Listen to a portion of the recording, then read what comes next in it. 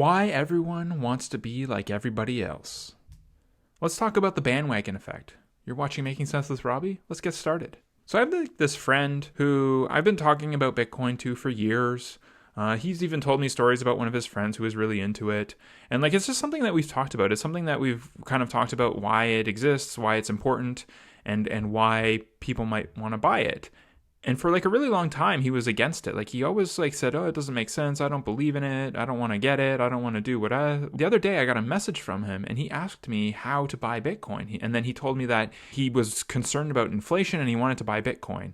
And so I was kind of just wondering, why would he suddenly change his mind? What happened? What changed his mind about this? And it just seems like it's because it's more of a common thing. There's a lot of news these days about how, inflation is coming and how cryptocurrencies are, this escape from that. And whether or not that's true doesn't matter, but it's just more of the point is that because it's a topic of conversation, because it's on the news, because it's just sort of more common to talk about and think about, then it's becoming more acceptable. And so as more and more people buy into this idea, then more and more people will buy into it. And the basic idea of the bandwagon effect is that as more and more people do something, other people who were kind of afraid before are more willing to jump in. It's kind of like trying to fit in. It's trying to and kind of go along with it. It's something that's pretty common because a lot of times, we're told to do or be like everyone else, try and fit in, be normal, be average.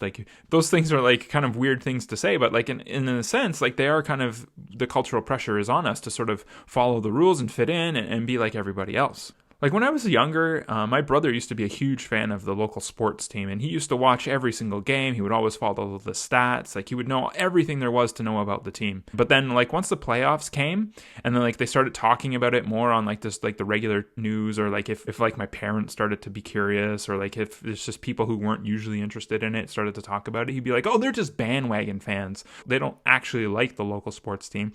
They just are liking them because they're doing so well, and everyone else likes them. And I can say, this is probably true because when the Toronto Raptors recently won all the NBA finals, the streets were filled with people cheering and celebrating. If you sort of step back earlier in the year, 90% of those people didn't care. They weren't paying attention. And so it was just because it became a sort of big cultural thing and it became what everyone else was talking about and everyone else was focusing on, that it was okay to sort of move into it and to become interested in it, especially for the people who weren't interested in before that time. So you might have customer testimonials, or you might have what previous other customers have said. These are kind of engaging us or encouraging us to jump on the bandwagon, kind of asking us to not look at the benefits and the cost and all these sort of reasons why we would purchase something, but just kind of purchase it because these other people did. These other people said it was good. These other people believe in this product. This is kind of a really obvious example of where the bandwagon effect is used.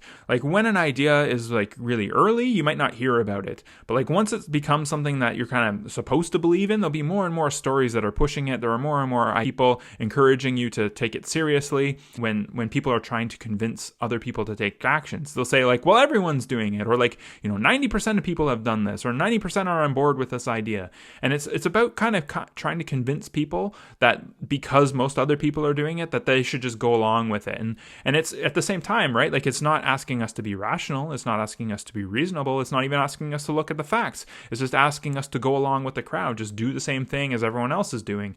And it's kind of almost an appeal to authority, because it's the authority of the crowd. And so if the crowd is doing it, then you should do it. And it doesn't matter what the reasons are. Just do it. Just do it to fit in. Just be like everyone else. If you can convince someone to do something without looking at the facts, then you don't have to really do a good job of convincing them. You just have to tell them that everyone else is doing it.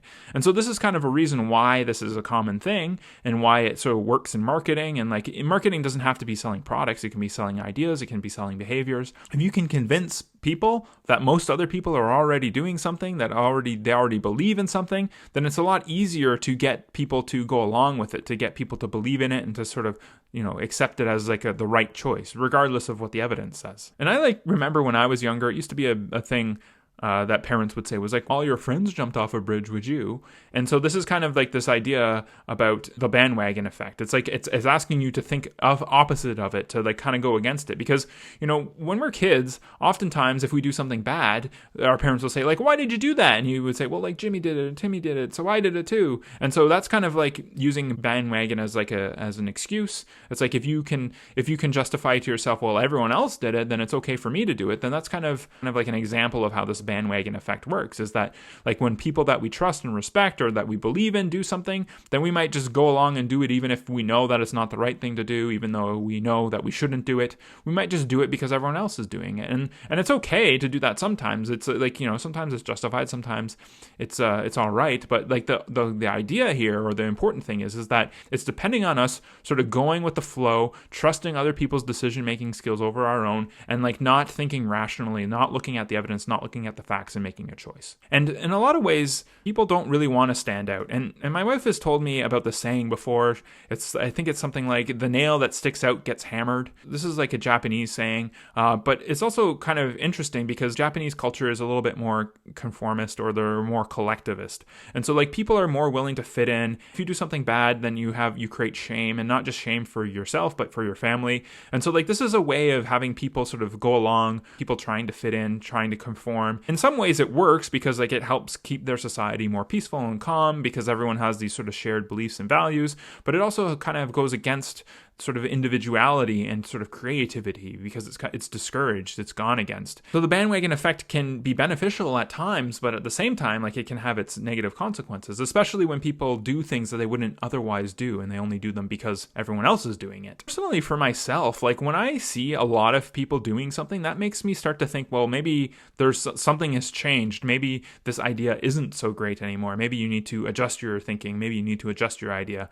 And that's kind of the thing. Like when my friend asked me about Bitcoin, it made me think, well, maybe it's time to sell some of that stuff, because if he's interested in it, that means this is a bubble, because he was not interested in it before. He didn't even think it was something worthy of consideration, but now that he thinks it's important, that means that something's changed. Like the next time someone tries to convince you to do something, like, are they trying to convince you to conform and fit in and kind of go along with the crowd? Or are they asking you to look at the evidence and make the rational choice based on the evidence?